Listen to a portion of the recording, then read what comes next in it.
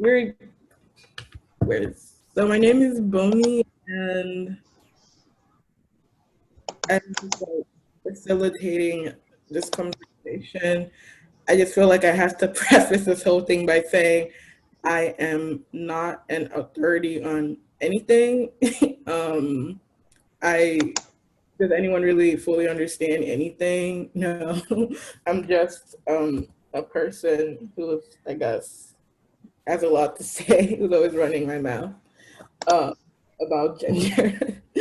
So I kind of sort of threw this in together. If there are any, I wish I could see. Oh yeah, okay, I can do this. If there are any like things that anyone felt like I left out, just like let me know, or just just bring it up while we're going through the slides. And yeah, I really don't want to talk that much today, so so we're just going to take it easy, I guess, today, and we'll see where the whole thing leads us.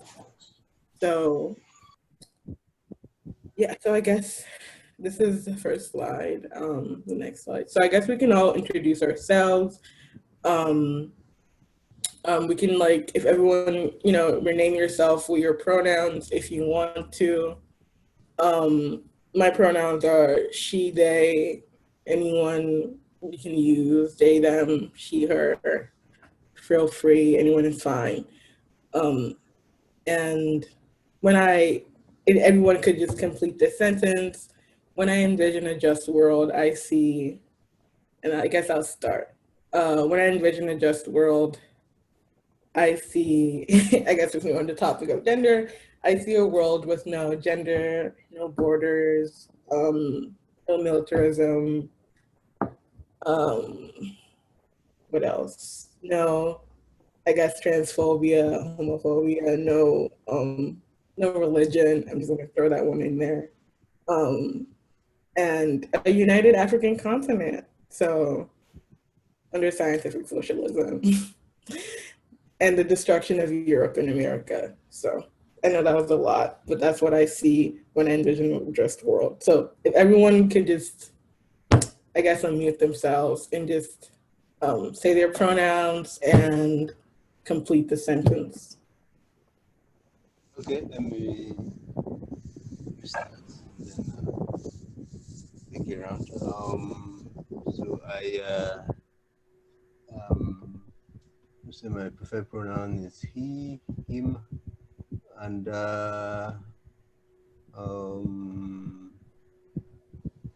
when I envision a just world, I see equal humanity, full flowering of humanity.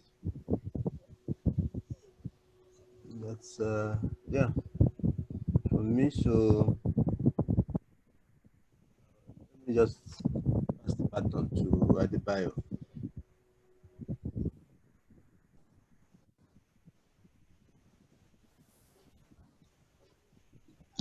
Hello, am I being heard? Yes, I can hear you. Yeah, my name is Adebayo. My pronoun story means he and him. Hello? Okay. Yeah, we can hear you. We just want you to complete the sentence. Yeah, what should I complete there? Yeah, when you envision a just world, what do you see? You name yourself, prefer pronouns if comfortable. Complete the sentence when I mention just what I see. Like, I don't really understand what you're trying to say here, please. Like, I mean, like when you envision a just, like if you could say like how, like. Okay, yeah. Okay, I understand. Like, I envision a genderless society and I believe in one humanity. Okay. Who's next? Yeah. Oh, okay. OAG, go first. Go first. Yeah. I'm OAG, and pronouns be he, him. And when I envision a just world, what I see is the dismantling of oppressive systems, in whatever form that they manifest. And then also having a system that guards against the resurfacing of those systems, because oppressive systems don't go away easily, and then of course the enlightenment of the human race, so as to be able to move forward into a higher evolution, which ultimately means breaking shackles from unjust arrangements of society, both for all all members of the human race, so that'll be for me. Yay. Who's next? My preferred pronouns are he, him. Yeah, he, him. When I envision a just what I see, a classless society, and a society where there is no poverty. Yeah, so that's it. Yay. Who's next? Did we get everyone?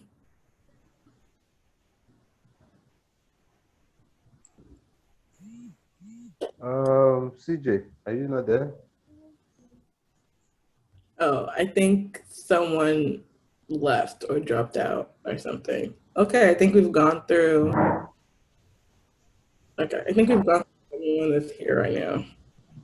Okay, next slide. So I just went through, these are just some vocabulary that was in the preface that I personally, I don't know about everyone else, I don't encounter these words in my day-to-day language.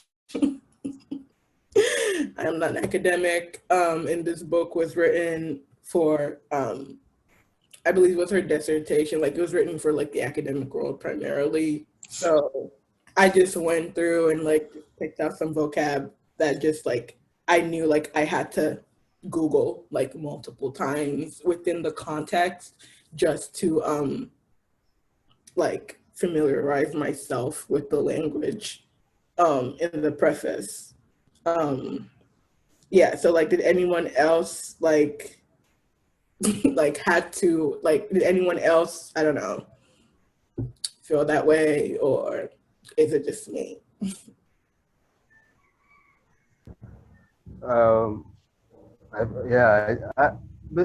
for myself, I studied philosophy, and some of these terms I have a background in. But even then, in that context, it was quite difficult to follow.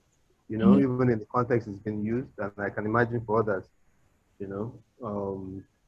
wondering what, even Googling epistemology, and then coming to a context in which it's used, I think it might be challenging to understand what has been said. I don't know, but people should speak for themselves, really.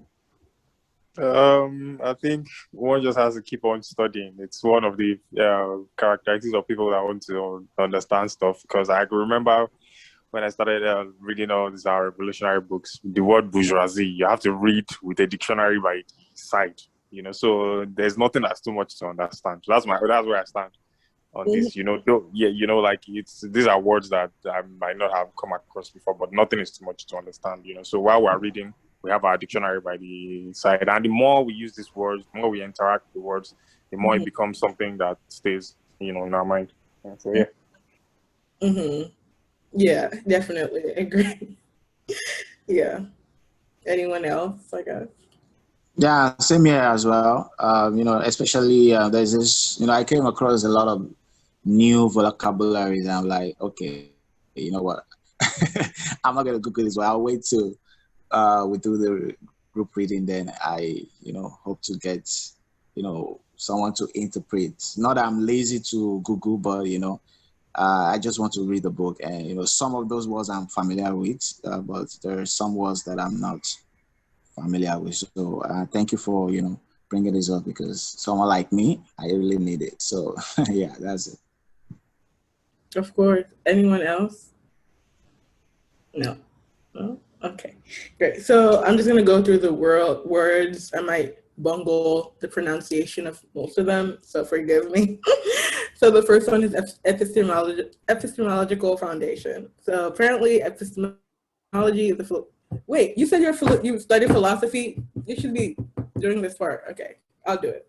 Epistemology is the philosophical study of the nature, origin, and limits of human knowledge. So in the first sentence, the preface, it reads, this book is about the epistemological shift occasioned by the imposition of Western gender categories on Yoruba discourse.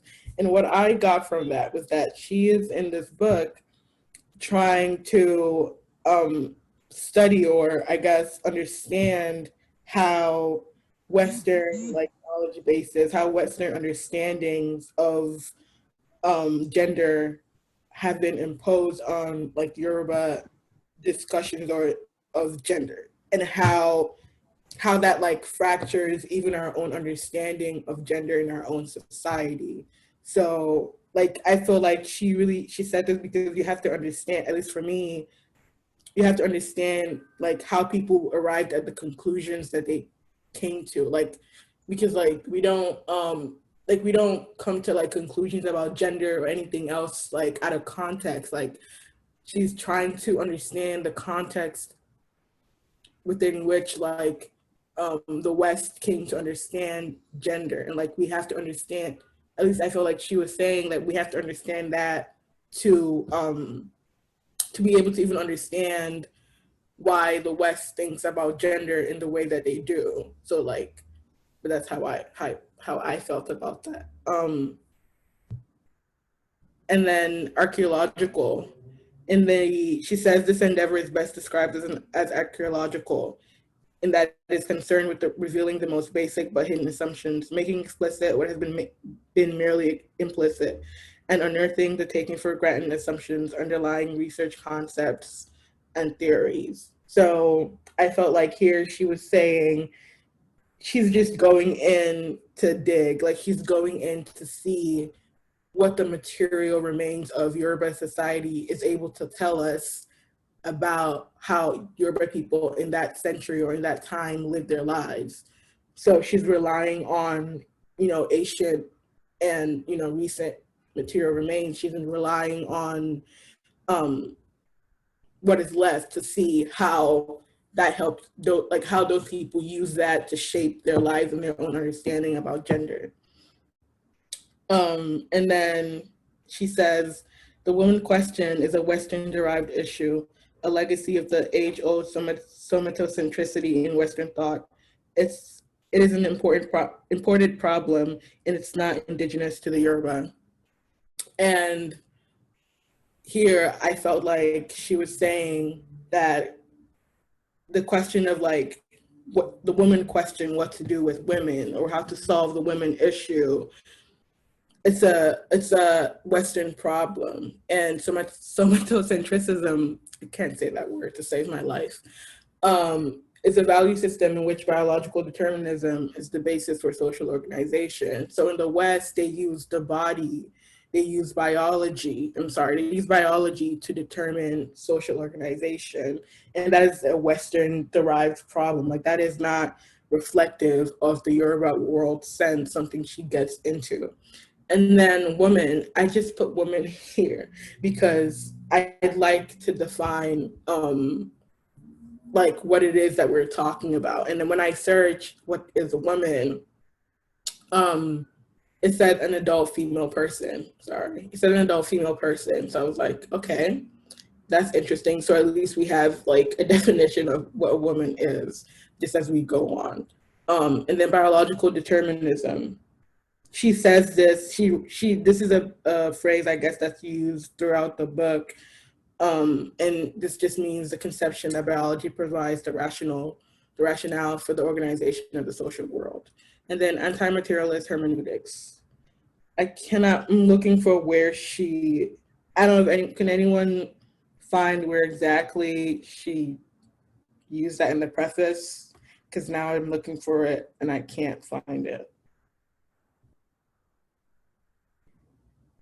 Help. Yeah, okay. I remember the use of it. But to say, let me see where she used it. Because it's basically saying I'm having an echo. I'm sorry. I don't know why that's happening. But she's not denying the existence of some I don't know whether you say categories or whatever, like of. Let me check, because I remember. It's on the second page. If you're looking at the bottom, she says the assertion that women as a social category do not exist in Yoruba communities should not be read as anti-materialist hermeneutic, post-structuralist reconstruction of the body into dissolution. And I think I don't know. I feel like what I understood that to mean is that she's saying that she doesn't mean that like that the body is like an abstraction, like, because then she says the body remains very corporeal, like the body remains very present in Yoruba society. Like, I don't know, anyone else, like what did she what did you like think she was trying to say in that phrase?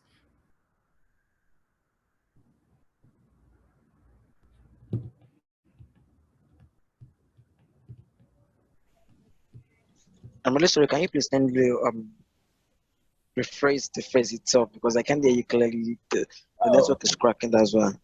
Hello? Okay. Hello. Yeah, I can just repeat what I said. It's at the bottom of the second page, where she says the assertion that women as a social category do not exist in Yoruba communities should not be read as anti-materialist hermeneutics, a kind of structuralist deconstruction of the body into dissolution. And then post-structuralism concentrates on the moment when we impose meaning in a space that's no longer characterized by shared social agreement over the structure of meaning. I feel like this is a long-winded way of saying that the people in whatever social context have moved on from defining whatever it is that we're talking about in this way, but we continue to impose that on them. I don't know if that makes sense. That's how it makes sense in my head. And I feel like she's saying that that's not what she's doing here. Like, she's not imposing anything on Yoruba communities.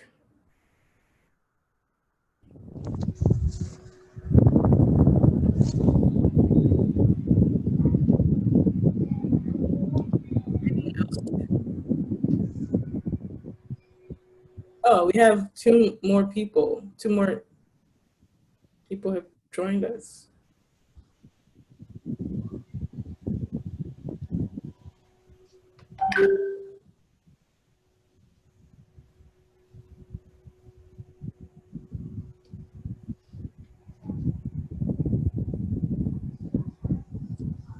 Can I speak to that? Yes, please, please.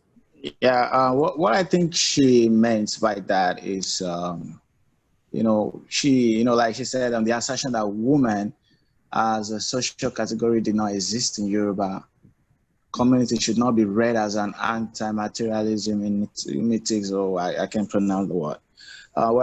What I deduce from that is that, she's not saying that there is no category that says that, like the Yellow Day, for example, or a kind of like social grouping. Like it doesn't speak in the European context. Like, maybe they categorize them.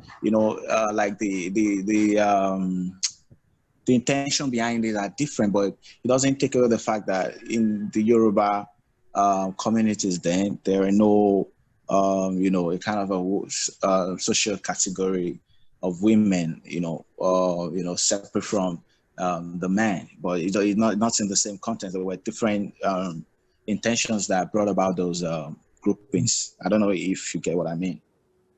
Yeah, I get what you're saying, but I think I get what you're saying, but I think what she's insisting upon is that she's not saying that people who we recognize as women today did not exist, like, because she then uses and a female and a male to like, she swaps out that for female, like people who are like anatomically female as we recognize them today, they did exist in Yoruba society, but the social category woman did not exist. So I feel like she was saying that she's not saying that the like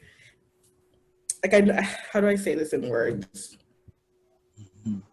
Like the like it's like she said into like the biology existed, but the social or social order doesn't kind of like pin it down like, oh, this is woman or something. But the biological stuff was recognized, but not that it was like a social order grouping or something. I don't know, I might be saying trash.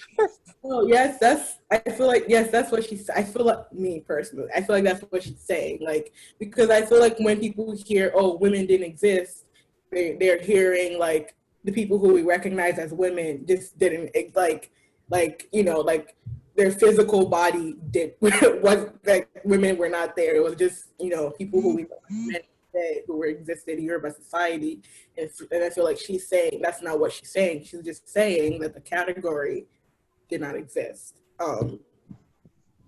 which that's what it is. Really, it's not. I guess we'll get into the biologic as the next slide. So yeah, I guess. Could I just come in just quickly there? Because of course, as she says, continues to say, before the infusion of Western notions into Yoruba culture, the body was not the basis of social roles, inclusions or exclusions. It was not the foundation of social thought and identity.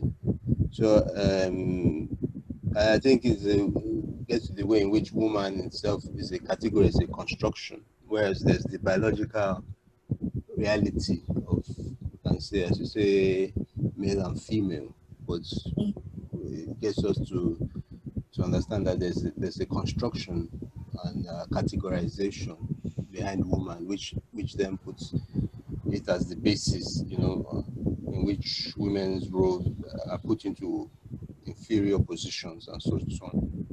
So yeah, but I think the way you put it gets more to probably to where it's what she's saying. Mm-hmm. Yeah, I think the obviously they recognized biology, like they recognized those anatomical distinctions, but the category didn't exist. Okay, anyone else have opinions or things about this particular phrasing? Hello, can you guys hear me? Mm-hmm. Yeah, I think in my own understanding, what she's trying to actually say is that the concept of biology trying to categorize between men and women is quite different. In the Western society, for instance, being women is like a structural thing, like a structural thing whereby women are women, like women has a place in their own society, like they are kind of inferior.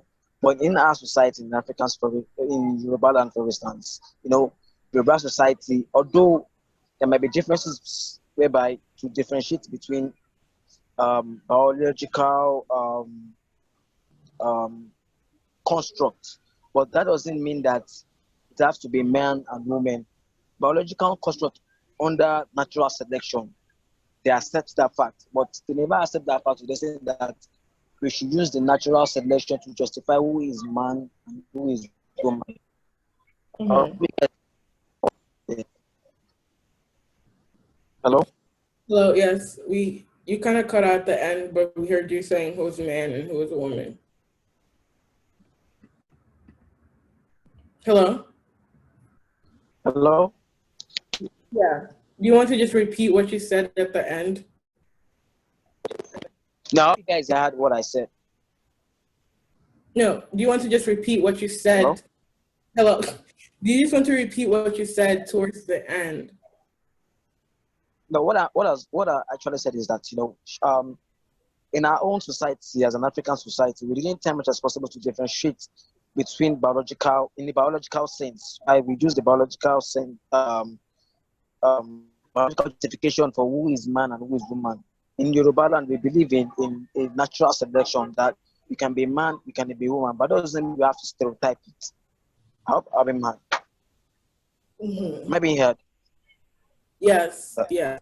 So we're gonna move on to the next slide. So when we were reading the preface, what jumped out to you? What was the thing that you saw, the phrase you read or a paragraph that really stood out to you in your mind? I was like, okay, what this book is about? Or this is, or you read something and you were able to connect it to something else that made sense. Just everyone could just share what jumped out to them when they were reading the preface.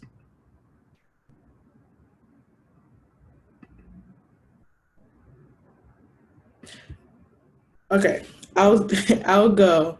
I guess a thing that jumped out to me, even like the first time I read it, was how she like had to realize when she said she went to try and do her research that the fundamental category woman, which is foundational in Western gender discourses, did not exist in Yoruba land prior to sustained contact with the West. There was no such pre-existing group characterized by shared interest, desires, or social position. And I just thought that was very interesting. And it just caused me to think about how else we might organize our society if we don't do it by hierarchies of gender or, assumed like differences. And just got me thinking about how, like, what was that society like? And it also got me thinking about how really foundational gender is as like a social construct in our society, like how in every interaction we immediately separate people based on gender, like how comfortable we are to be like male, female, like man, woman in every like interaction that we have, and that what that means for like power dynamics. So that's what jumped out to me. Anyone else?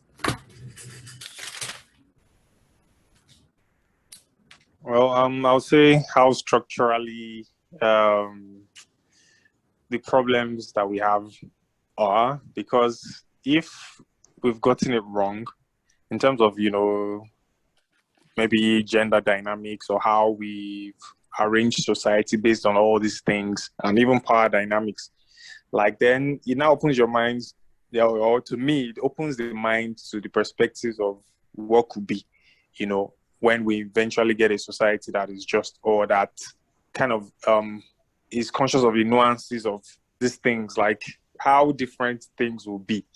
It's not something that I can wrap my head around, but it's going to be wild, wild in a good way, So that's just how my mind wandered off into the possibilities that could be, That's how I saw that. Definitely. It's quite wild to imagine, but it's like, I'm sorry, my roommate is very happy and singing. But yeah, definitely, it's very strange. Like there's been so much restrictions placed on our imagination regarding gender, and like it's so hard to break out of that mold and see that the world could be, at least our society could be organized differently. Anyone else? Yeah. Okay.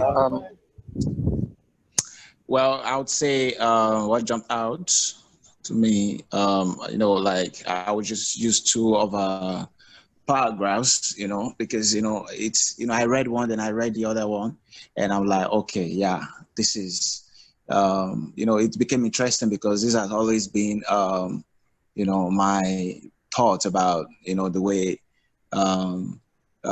the society views gender, like she was saying that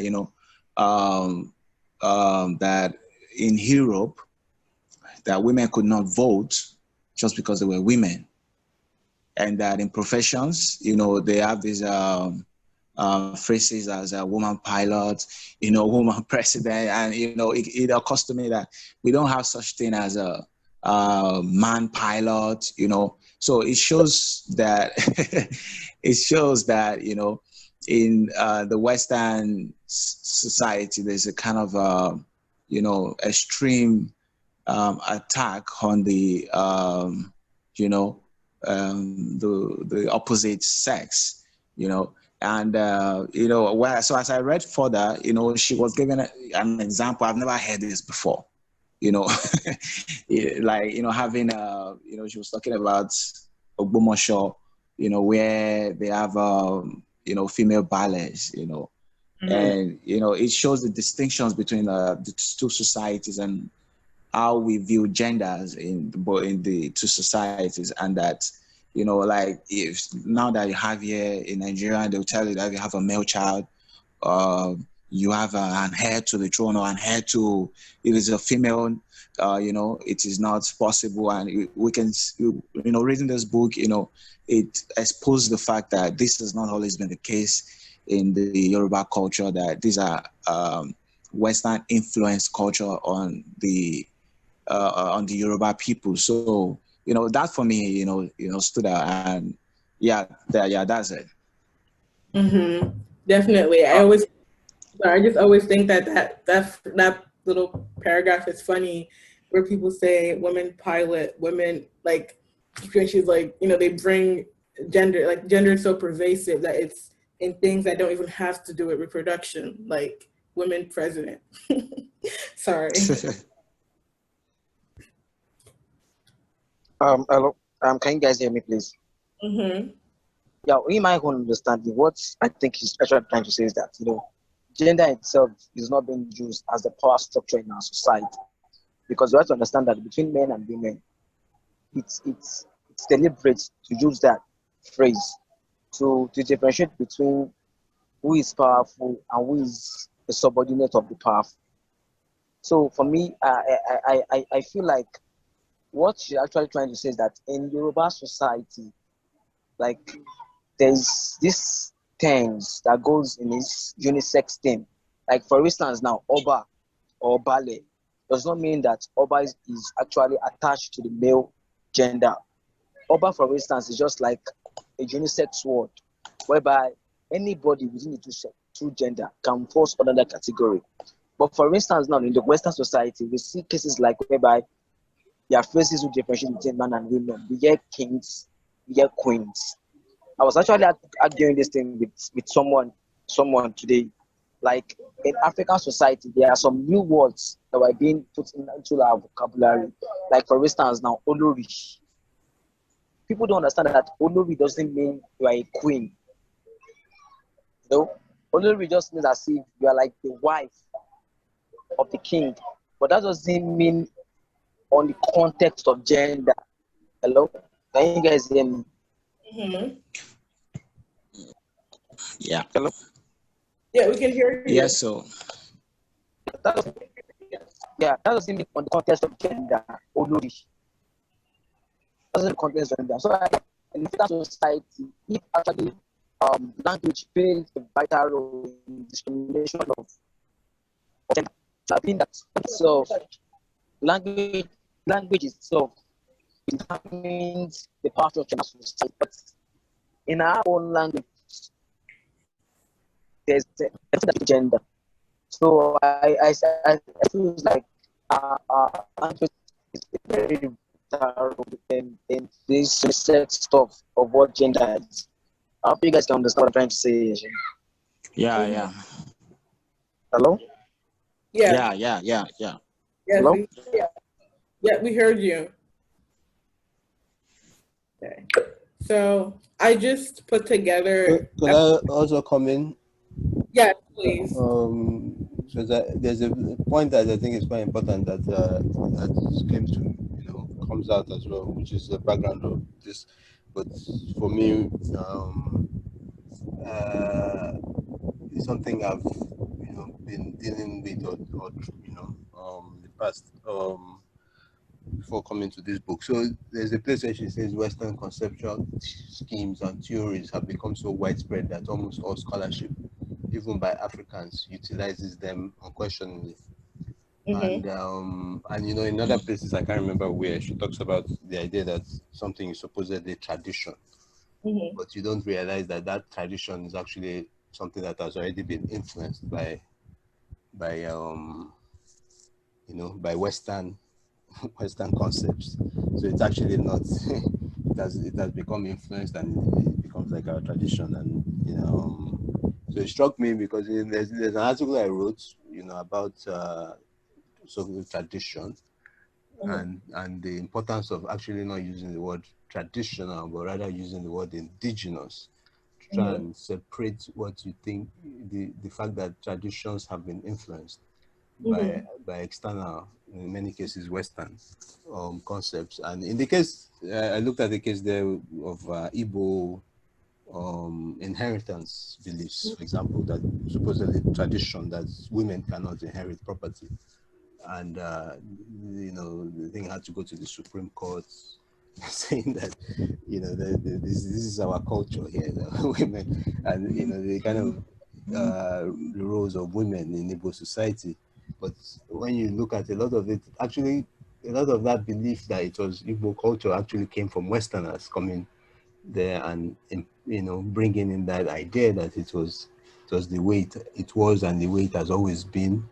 And if you look critically at it, that is not actually true. And we don't realize how pervasive it is throughout all of our culture today, and traditions. And this is one, you know, the issue of gender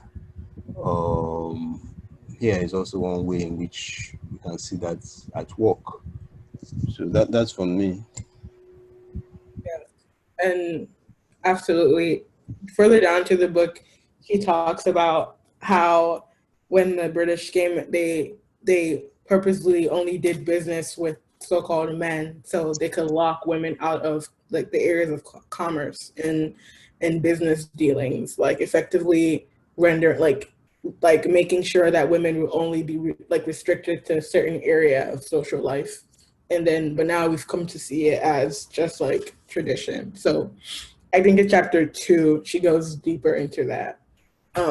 So I just made a couple of tried to come up with a couple of questions because I really wanted this to be like interactive and like just a discussion, not like I'm sitting here like professing to people. So it's and so it's like we have like a good back and forth. So the first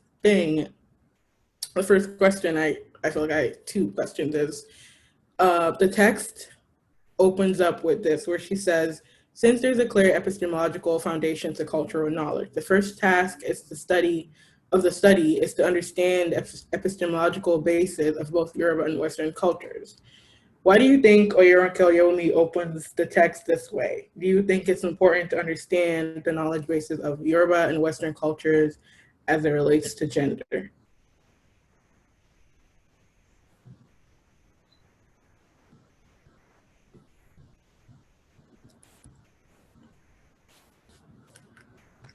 If I can come in, I think it's very, very crucial to have background knowledge of both let's say cultures, or both Yoruba or African culture and then the Western one, so as to see where these things start to, you know, make departures from what we had, and then how these things, you know, in terms of their own dominance over us, come to corrupt what we've had on ground that you know will be more egalitarian, that will be more gender neutral, you know, that you would see as more progressive, and how they came to corrupt and kind of infuse the backward outlook, you know, ramming it down with their, of course, with colonial dominance over us, you know. So it's very, very important to have that understanding so that we'll reorient ourselves to what we had, and then how we've been corrupted by, you know, the influence and, of course, you know, imperialistic way of seeing ourselves, you know. So that's important. In addition to that, can I go on, please? Yes, please. For my own understanding, what I actually feel is that, you know, Oyewumi just trying to just emphasize the concept of gender in the world view. The world view, because you also need to understand that the world view means the Western view. And the Western view has also overruled the indigenous view of each culture. And you also understand, because reading further to some certain articles, you try to emphasize that the reason why she's actually saying this in about is that when she went to the Western society and she sees how gender was so strong there in the Western society. So this is an aspect of how Western cultures are able to influence our own society. And in the aspect of trying to decolonize ourselves, we must actually try to understand African society before the arrival of the Europeans or the Arabians. So for me, that's my own submission for now. Mm-hmm. Well, for me, while reading this, I just thought of something, two things. First, it was, the extent some societies would go to protect the originality of their culture, even though some, do it through religious lens, but, it just gave me like maybe we could borrow that kind of methods, like Muslims, for examples, they say that Western knowledge is haram, that is forbidden, this is a sin or something like that, it gives me understanding as to why, they want to guide their own culture, even though there is also oppressive, but that's not what I'm heading at. But what I'm trying to, pinpoint out of that is that, we have to guide our culture, jealously, because, with the Western, influence out there, which has already has a telling on our own culture, we have to find a way to decolonize all of those things. Secondly is that, even if you look at those who do African spirituality, especially in the Pan-African community, you find that some of them, this thing is so powerful. You see them limiting, the female gender. Like there's these kings and queens, rhetorics. Like she is a goddess. They try to make it seem as though they're praising the woman, but that is not what they are doing. They are further, what they do is that they further, and gender or reduce, understand, they tell you, you're the king and everybody wants to be a king and a queen, like a second class, gender to the male, so it's just all part of this misogynistic, Western views, influencing even our so-called spirituality that they said is diverse from the reality. So how come it finds its way to even African spirituality? This, further cements that, this Western influence is so strong. And I think, Oyeronke had to, start on that basis, like to give a differences on both societies and, how, informs their,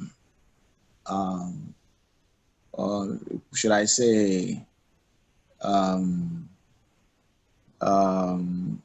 well, anyway, like the groupings and how they understand gender, in society. So I think that's important, yeah. Mm-hmm. Definitely. And I feel like for me, it's important because sometimes I feel like we just like run head on into trying to, yes, we want to dismantle the systems. We run into like using all this language, but then we don't even think to stop and think, wait, how did we even get this language that we're using? How did we even get, the conclusion we come to? How did we even get there? And then when we start interrogating these things, we're like, oh, okay, hold up. Like maybe this isn't like indigenous to our, society. Maybe it's imported. So anyone else before I go to the next slide? No? Okay.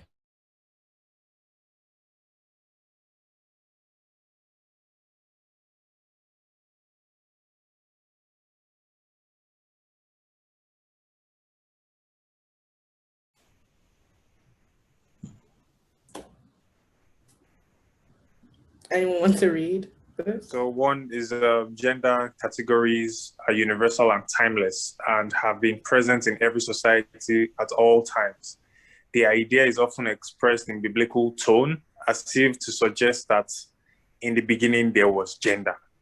And the second one is gender is a fundamental organizing principle in all societies and is therefore always salient. In any given society, gender is everywhere.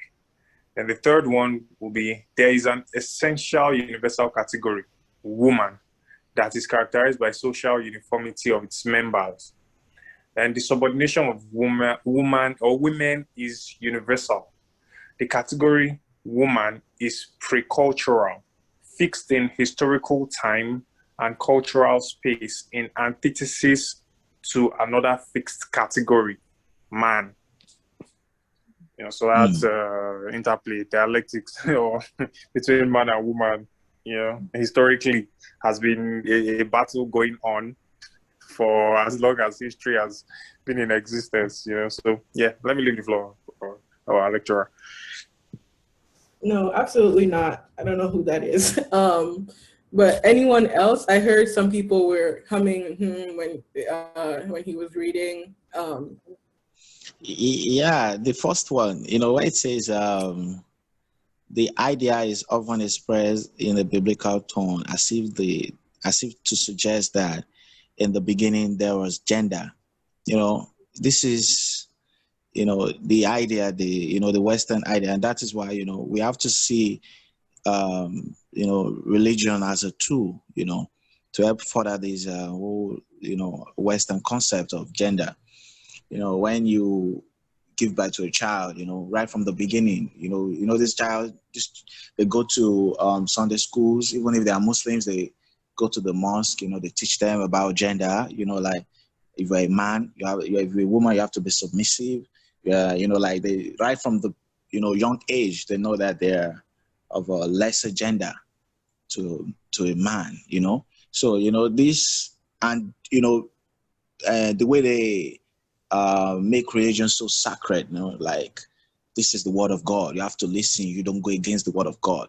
God created man, you know, out of a man, a woman was created, and all of those brainwashing, you know, text, you know. So, you know, it is very, you know, introducing this kind of thing is always heavily, you know, into all of these Western concepts, you know, then I don't know how they're going to take it. Maybe, you know, now I understood why you know, from the beginning where you said you don't want to expose, you know, this to a whole lot of, you know, misogynistic elements, you know, coming in and start, you know, this has to be, you know, a kind of, even, you know,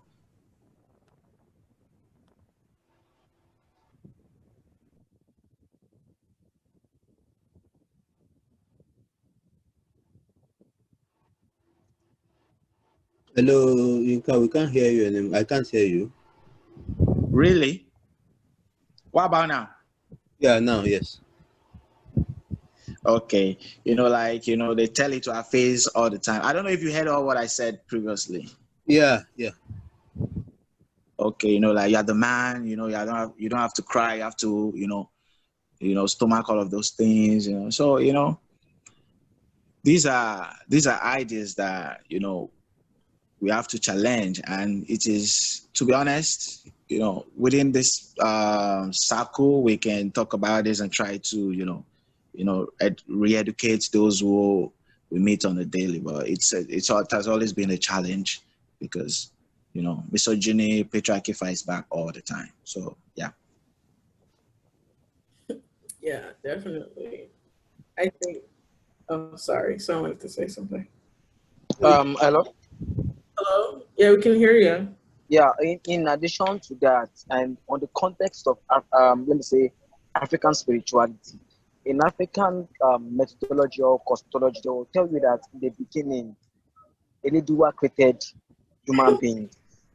You know, human beings doesn't mean man. Human beings in the categorization that doesn't mean man doesn't mean man. It means they created man and they created woman. But if you could be able to check this Western view, they will tell you, or Western religion or Arab religion, they will tell you in the beginning God created man, and out of man God created woman. So in that concept, we also need to also understand the concept of Western view as a world view, because there's no way you have to talk about world view which doesn't come with Western view, because colonization has always made us understand that world view came from a particular place, which is the Western part. So people need to understand that they were history and they were myths before the European came. So the only reasons I feel like people need to know is that we need to understand our own cultural system before this European came, because our own cultural system lies the answers that we need to be able to justify how a society is being structured before the European came. So in conclusion, I still feel that where majority of this problem is facing is that the world itself is still taking the Western view as the world view, like Oyewumi has said. So that's my own observation. Hello, I hope you guys see what I said. Yeah, I should I repeat it? Yeah. Yeah. We heard you. Just to add a little bit to this thing, so because out of my own free time, I kind of study Yoruba pantheon and all, and then I found out, that Obatala doesn't have a gender, and he's supposed to be the molder of humans. Mm-hmm. So I just want to throw that in for whatever is worth of this discussion. Yeah, definitely. Sorry, go ahead. No, I wanted to ask, Obatala doesn't have a gender, I don't know that until now, because, when you read some of these Yoruba mythological texts, and you will, there's this, I don't know, maybe I don't know, maybe language is playing a role here, because if you look at the English language, okay, fine, they are so heavily, the battering of gender, he addressed even God as he, and when I read this, what's it called, Yoruba mythological texts, they also address these Obatalas, and so I'm surprised to hear that Obatala is genderless. I've never heard that before. My thought is Obatala is a man, so even Lolo Dumare, so I think maybe it's because they write those things in English. maybe we have to, I don't know. I think this further buttresses the point that the gender dynamics, the power of the male now in reporting and transcribing history for us, will be spoken and brought to us from the lens of men. So that's what is playing. We're just sharing our thoughts. I know it might be wrong, but this is just... And also we also need to identify that those who so-called wrote history for us, basically in the Western sense, are men. So men will always do things in their own favor, because we need to understand that at that time, patriarchy was still in place. So if supposedly the Bible doesn't have a female writer, or in the Quran there was no verse written by a woman, that shows the depth of how patriarchy was so deep in Western and Arabian culture. Well, let me ask this. We are talking about ideas being challenged, like, the English language now, because when I first came across the, when people choose which pronouns to be addressed, I'm like, all my life, I've learned the pronoun that if a man, you are being addressed as a he or him. as a woman, she, her, and then I started saying, they, them, and all of these stuff, it's a new thing, like for me then. I'm like, in the Yoruba,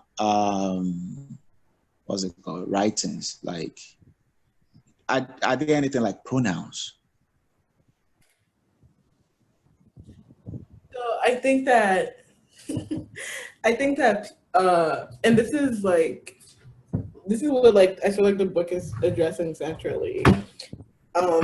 And number 2, where she says gender is a fundamental organizing principle in all societies, and therefore always salient. In any given society, gender is everywhere.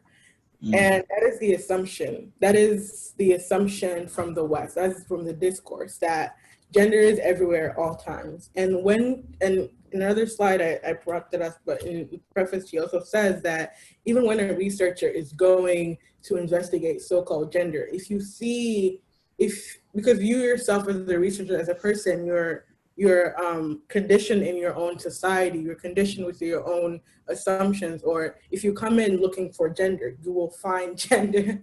And so like that becomes the challenge. Gender queer people, or people who exist outside of gender binaries, male, female, have always existed. The problem is that those people have been killed, excluded from the social sphere, not being treated with dignity or respect.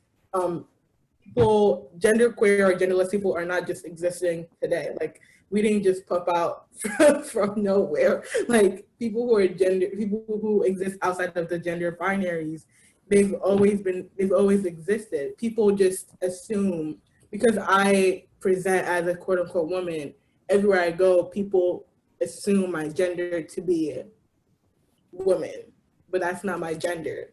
But people assume that to be. But in the book also, I disagree with her on this, but she says there's no people trying to distinguish between sex and gender, and there's no way to do that. I disagree. I think that sex is anatomical, and you can say this is, these are the anatomical distinctions, that it's sex, and gender is what you present as, because I understand gender to be a performance of, certain things. Like, if a beautiful man has long hair. Hello? Can you hear me? Okay, so if a man, quote unquote, has long hair, or is embraced, wears earrings, or paints their nails, triggers start going off because of how we've been conditioned to see, quote unquote, men present themselves. Like, if a woman is sitting and doesn't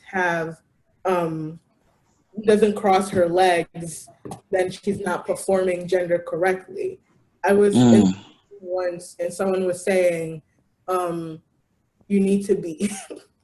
It was funny because they contradicted themselves in a sentence, and they didn't realize it. They said, you need to perform your role as a woman. And in the sentence, they said, you need to perform your role as a woman because it's innate to you. And I'm saying, if something is innate to me, how can I perform it?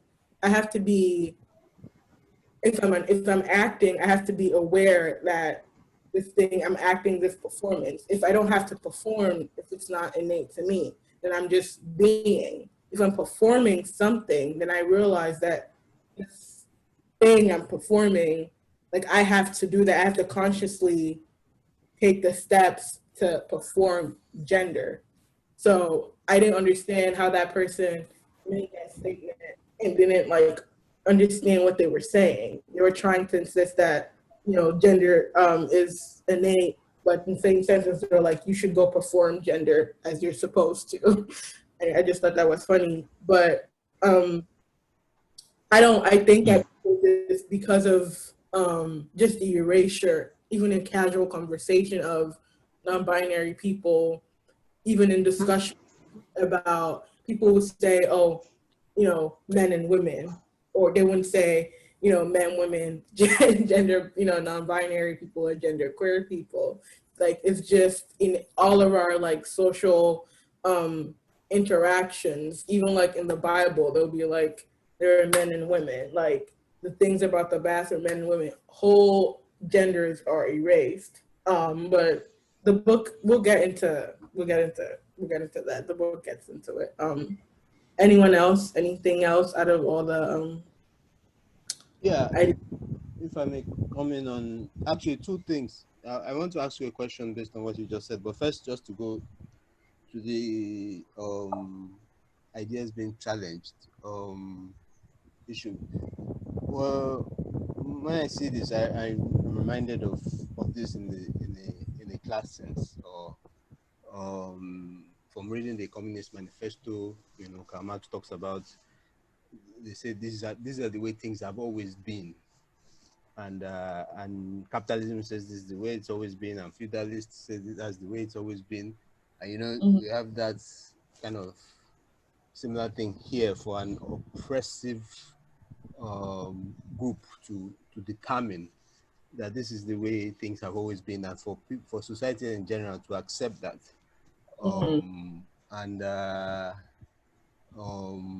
And then I was reading or trying to read this this article, Mama's.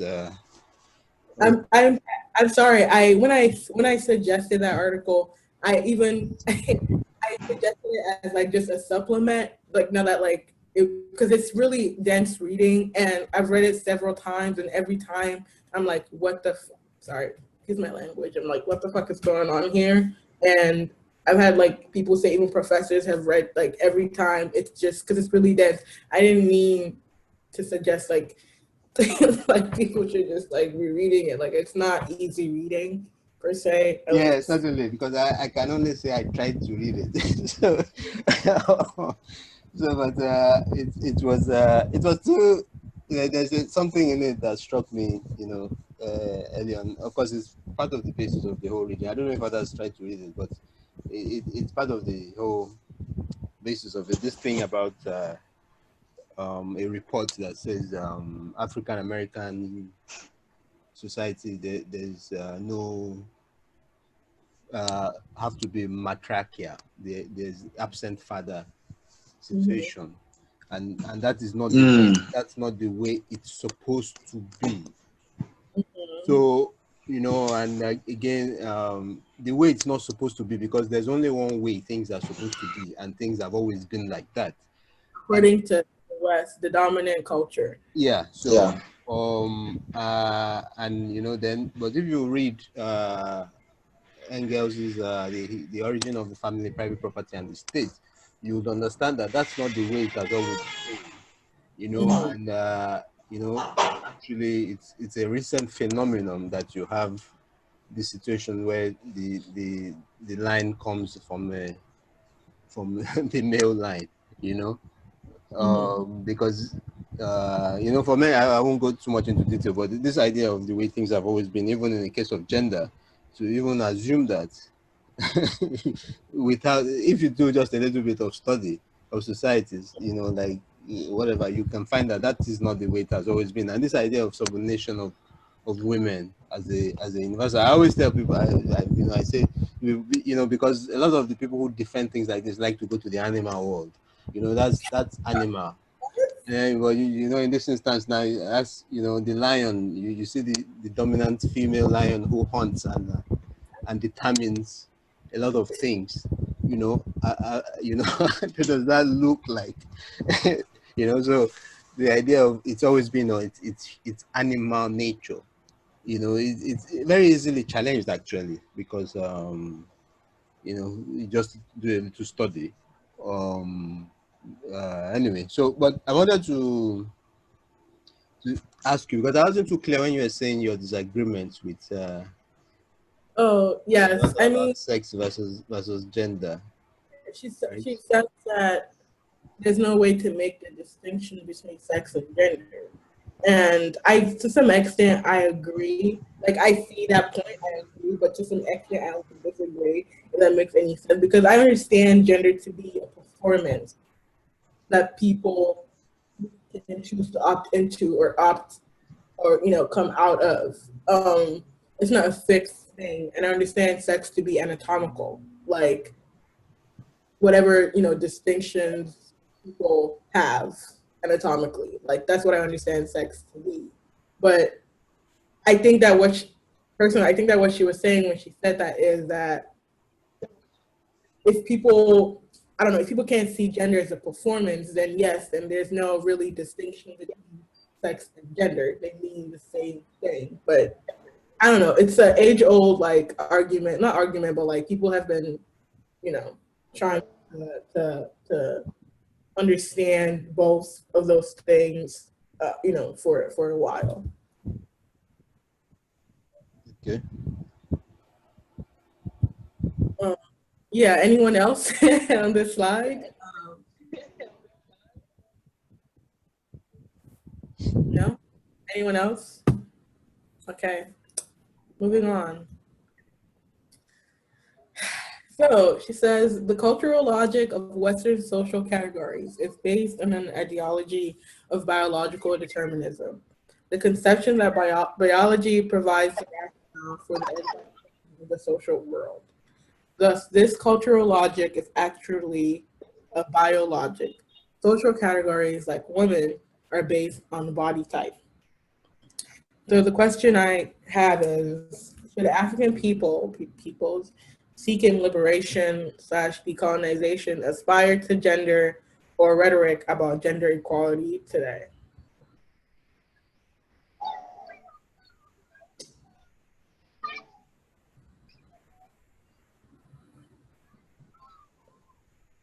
I think that it's hard for people to. I think if we accept this if we accept that it's rooted in biological determinism, which is kooky, then I don't I don't think that we should like gender. I thought like sorry, I think that one is.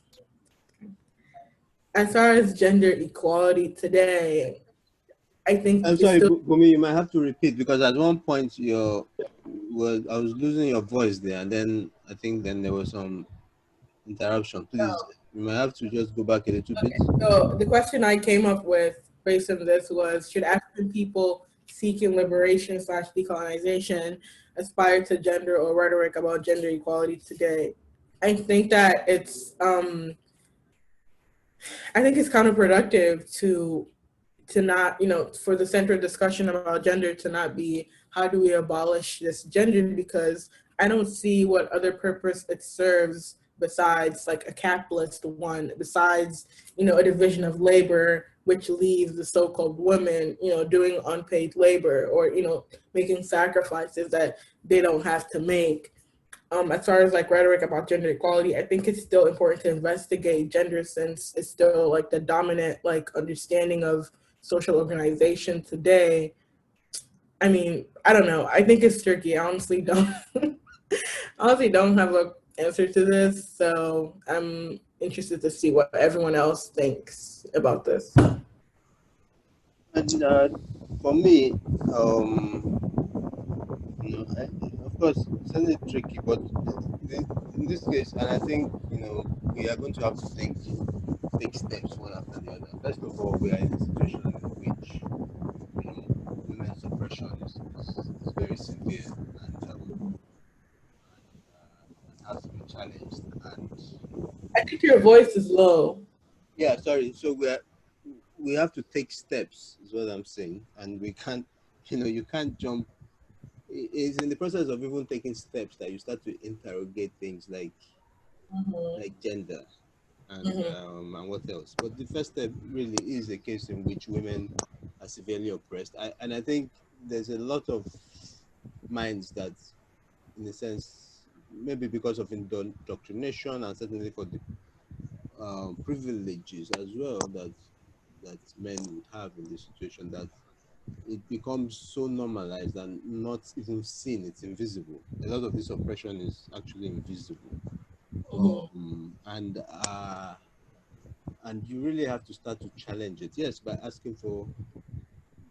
going into gender rhetoric, but in the process of challenging, like I said, you know, and in a struggle, then you can start to have people more open to thinking about things beyond that.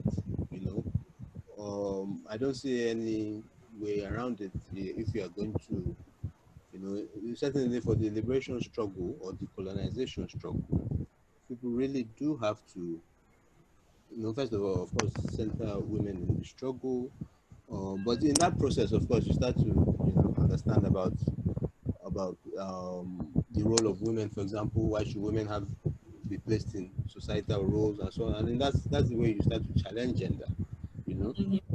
But you can't just jump to that without going through a process. So I don't see how you wouldn't, you know, have the rhetoric, yes, about gender equality.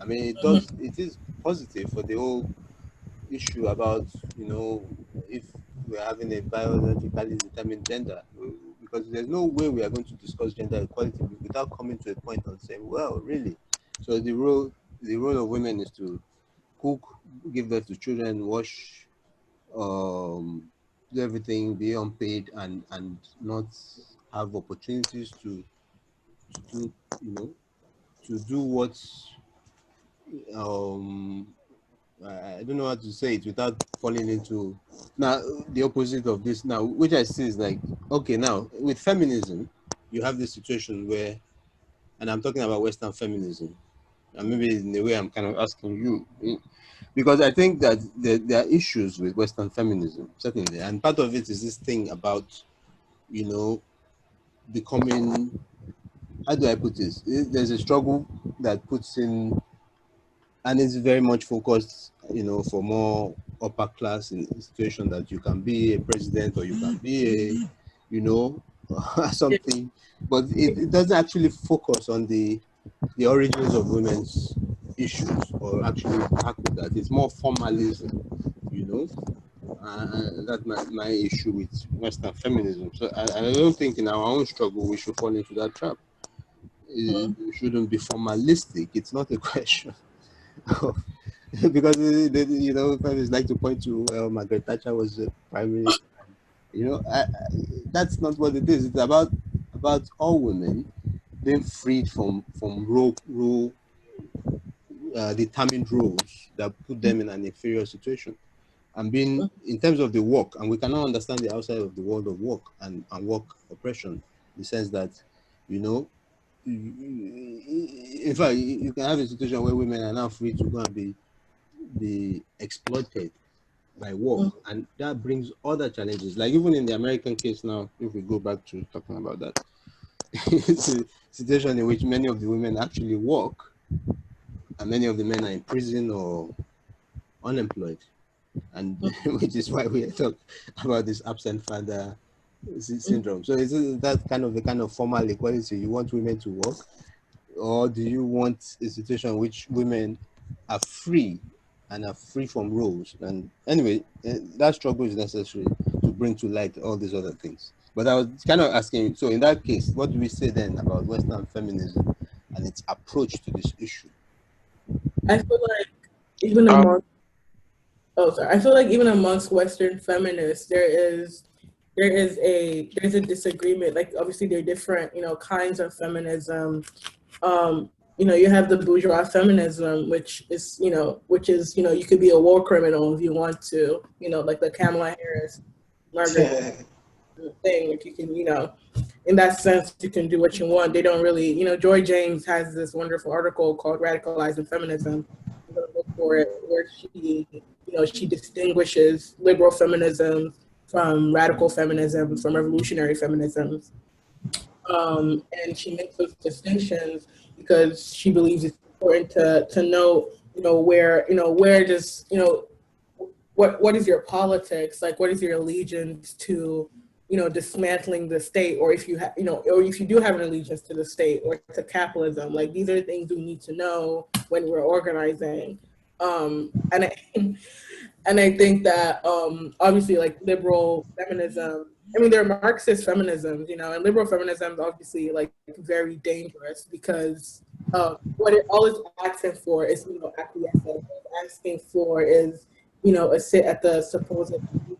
And who, when bourgeois women get all these things that they say that they want, it's ultimately working class and working poor women who suffer because of it, because they're the ones who get hired to do domestic labor, and they don't get paid, for their labor. They get hired to take care of the children, or do things that the bourgeois women have said that, they don't want to do because they want to go to work, which is their prerogative, but they're not, seeing the full picture of how can we abolish the system which is made to exploit. And I think like that's just amongst like Western feminists and even like African feminists, a lot of the African, which is like a huge problem we have right now, is most of them are, bourgeois feminists, their concern is they want to be able to enter the job sphere, which I see that to be a trap, even because once you get hired, you're still not doing, you're still not getting paid for your labor. You're still getting exploited, even at home, even if you have the means to hire, domestic help. There's still an amount of unpaid labor that women, so-called women, are expected to give. This is not even counting emotional labor, that if women enter heterosexual relationships, there's a certain amount of emotional labor that women are expected to take in these relationships, because mostly men lack emotional intelligence. So women have to really navigate in these relationships with, doing an enormous amount of unpaid labor that no one ever recognizes them to be doing. So even at that, even if bourgeois women or bourgeois feminists get what they're asking for, they're still being exploited. So I think it's a contention that, there are black feminism. At least Joy James, I'll look for the article. It's called Revolutionary Feminism, and put it in the chat. So yeah. Anyone else? Someone else going to? Hello, can I come in, please? I hope I'm being heard. Yes. I just want to put out this point is that there is no Western feminism without Negro, let me say, African uprising, because we need to, like Gerald Hunt said, majority of the Marons who moved from the Western Indies to America brought Western feminism. In this context, we need to also understand that it was the rebellion of the African women in America that led to Western feminism, in the sense that, when the black people, the black women in America was rebelling against the capitalist system, which has trapped the female women in America, gave rise to Western feminism. In one sense, when these people were protesting against the oppression on them, these Western women used that privilege to come into that struggle. And after coming to that struggle, they were being they overtook that struggle because of racism. And racism only came into play because of the capitalist system. And we also need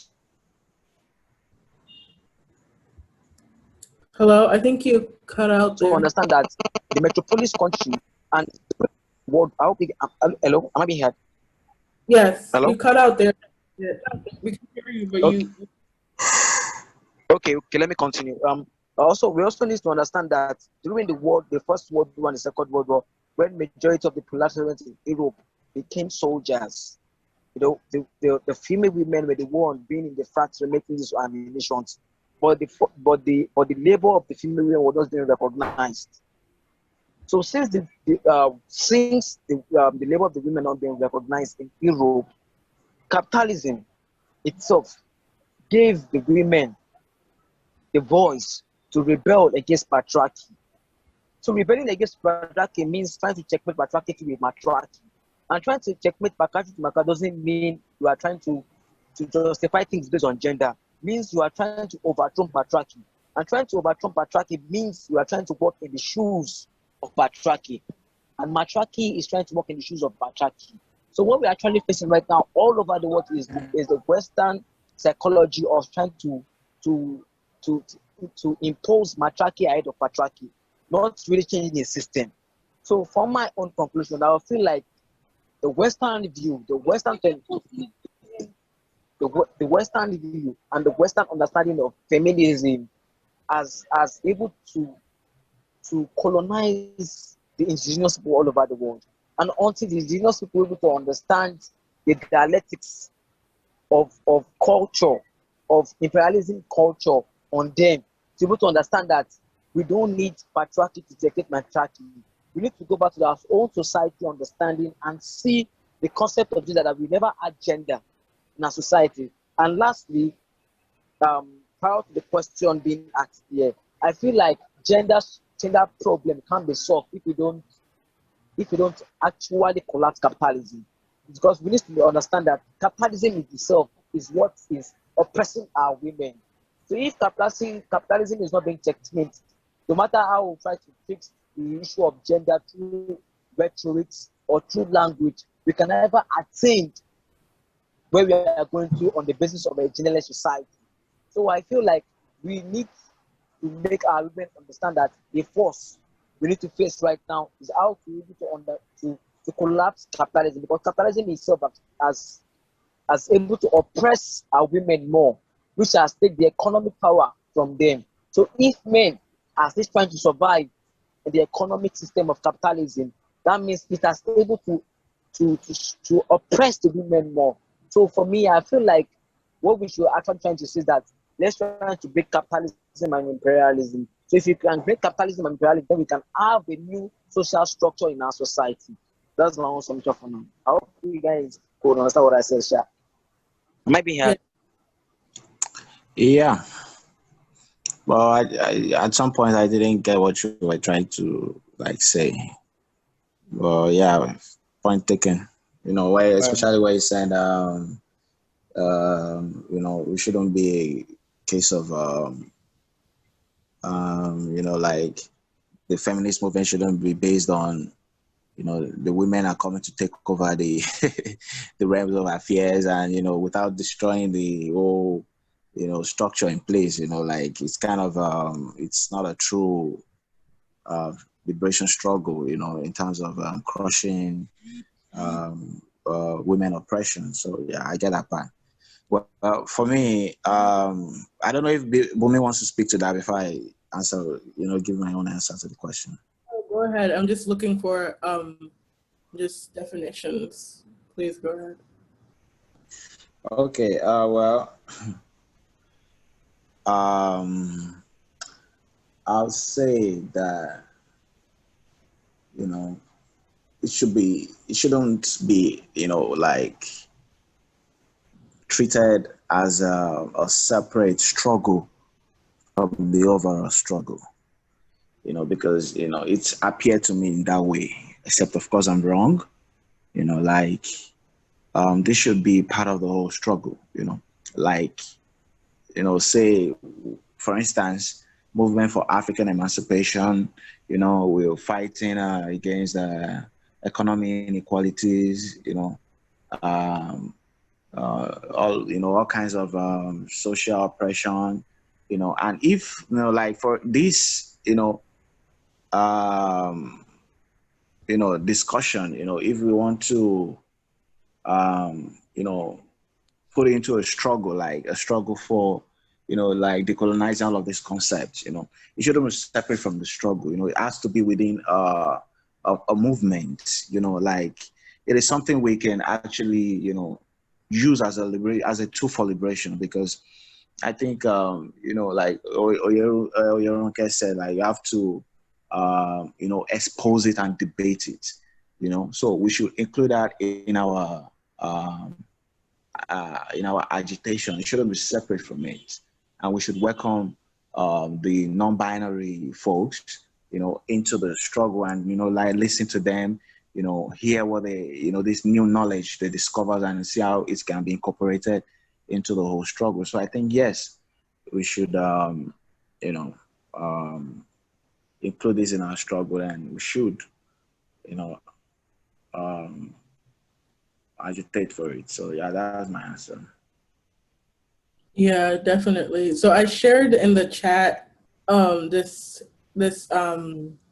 little thing that George James wrote in I think '03, I believe, where she makes distinctions between liberal feminism, radical feminism, and revolutionary feminism. I don't know if everyone can see my screen.